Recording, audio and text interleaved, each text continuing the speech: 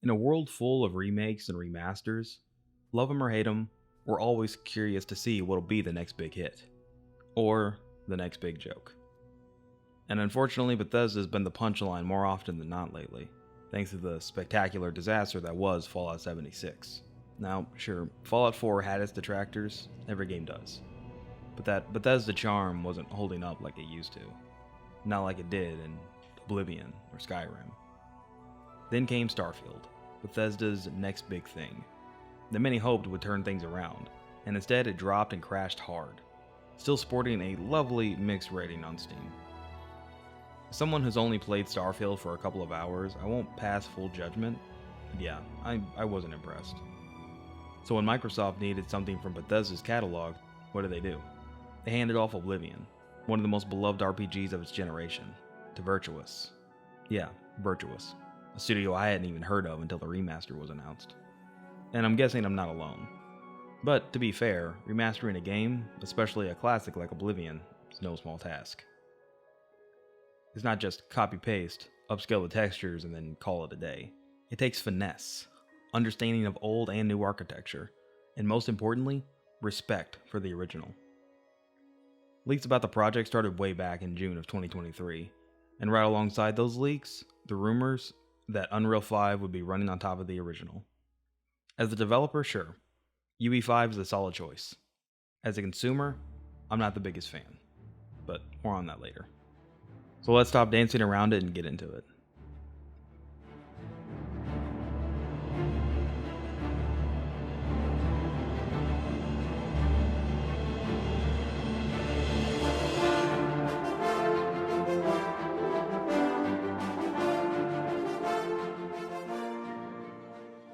For the uninitiated, The Elder Scrolls IV Oblivion takes place in Cyrodiil, the heartland province of Tamriel.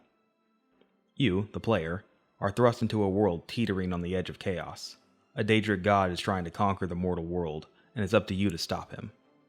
Pretty straightforward, but it's all we really need to get going. You start off in a prison, as always, and meet the Emperor Uriel Septim, voiced by none other than Patrick Stewart. The stars were right. This is the day. Gods give me strength. Sadly, we only get to hear his voice for a few minutes before he's assassinated by a mysterious cult, the Mythic Dawn. Stranger, you chose a bad day to take up with the calls of the My Septims. blood for the Empire! No. Talos, save us. Quick tangent, and I promise it matters, but the name Mythic Dawn is revealed almost immediately in the game.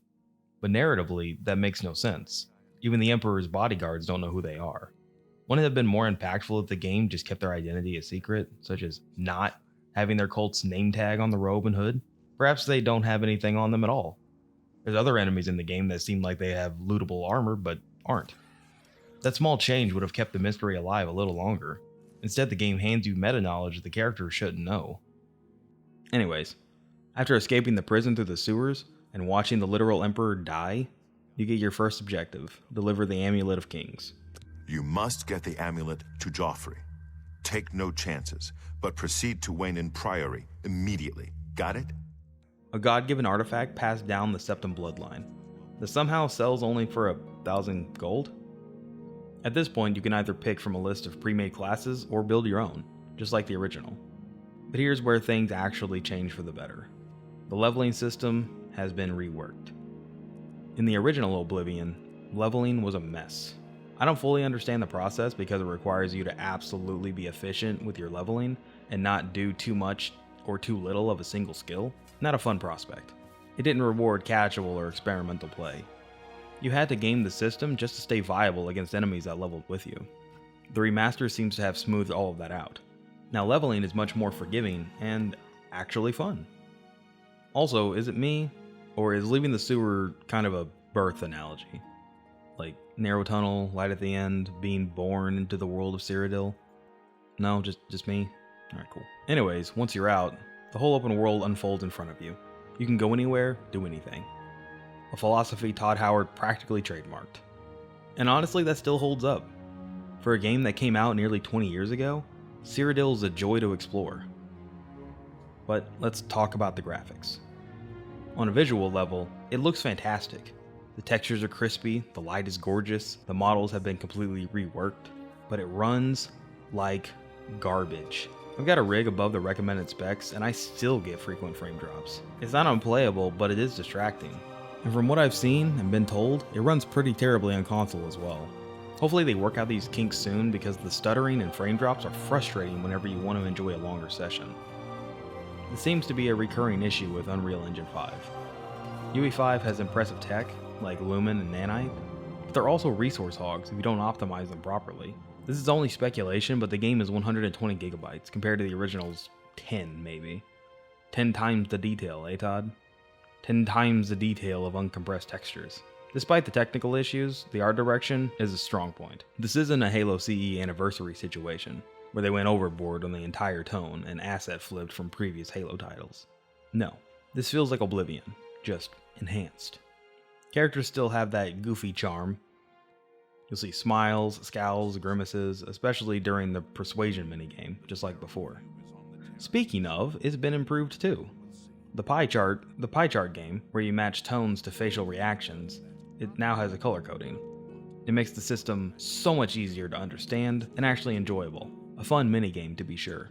Music and voice acting, still the same, and I wouldn't have it any other way.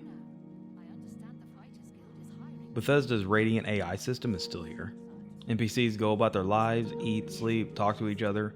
It was revolutionary for the time, and it's still impressive, even with its laughable jankness. They seem to rule their counties perfectly well without male assistance. I see. Heard any news from the other provinces? Original Oblivion combat was weak, to say the least. Sword swings had no weight. Spells felt like flicking rubber bands, but now it's been significantly improved. Weapon types have unique animations, hits feel impactful, enemies react, blood splatters, even bows have been vastly improved.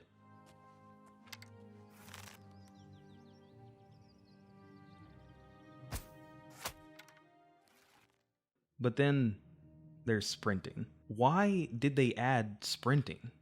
The game already has a speed stat. If you want to move faster, level that up instead. Adding sprinting just undermines that system. It's not game breaking, it's just unnecessary. Don't add sprinting to a game that already has a function tied to speed. Despite all its flaws, mostly just performative, I think the remaster is a sincere attempt. It captures the heart of what made Oblivion special. A living, breathing world you can lose yourself in over and over again. It's not a world that'll be forgotten for as long as I live, and I'm sure many can say the same.